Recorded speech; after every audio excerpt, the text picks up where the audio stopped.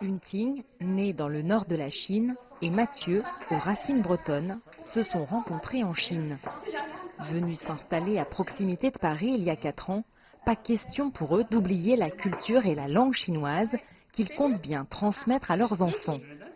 Alors ce soir, pour la fête du printemps, comme le veut la tradition, toute la famille s'affaire à confectionner des raviolis. Et c'est Yunting qui les fera bouillir, avec un petit secret qu'elle tient de sa grand-mère pour une cuisson idéale. Pour moi, c'est ma racine, la Chine.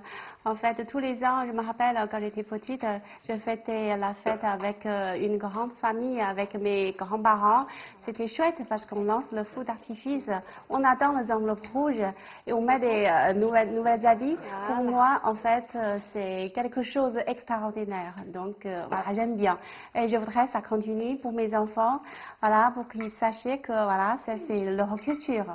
Avec sa maîtrise parfaite du mandarin, Mathieu est tout aussi attaché à ses traditions qu'il a pratiquées lors de ses années chinoises. En 10 ans, donc moi j'ai vécu, travaillé, et puis j'ai fondé une famille en Chine. Et donc chaque année, ou presque, j'allais dans la belle famille pour passer le nouvel an chinois.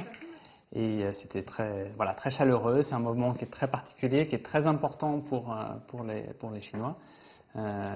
Et c'est vrai que c'est devenu quelque chose de très important pour moi également. Tu veux lequel ? Pour les enfants qui sont bilingues et qui ont déjà passé la fête du printemps dans leur famille maternelle en Chine, les traditions qui accompagnent le passage à la nouvelle année sont autant de réjouissances et de régalades. J'aime bien manger des raviolis. Et dans les raviolis, quand on mange, il y a une pièce qui se cache, ou plusieurs. Et si on l'a, ça nous porte bonheur pendant toute l'année.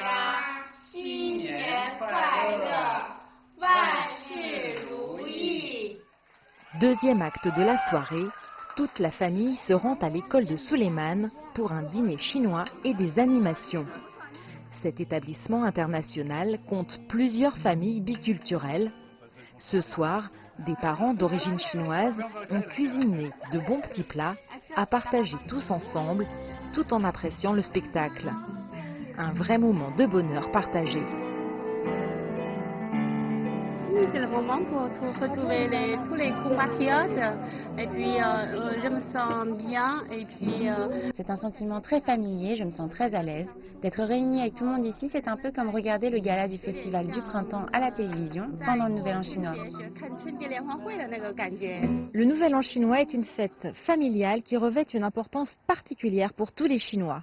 Pour ceux qui vivent à l'étranger, cette fête reste un moment à partager avec leurs proches et un moment qui permet de se sentir un peu en Chine et d'entrer dans la nouvelle année dans une atmosphère chaleureuse et gaie. Jade Charles, CGTN, Paris.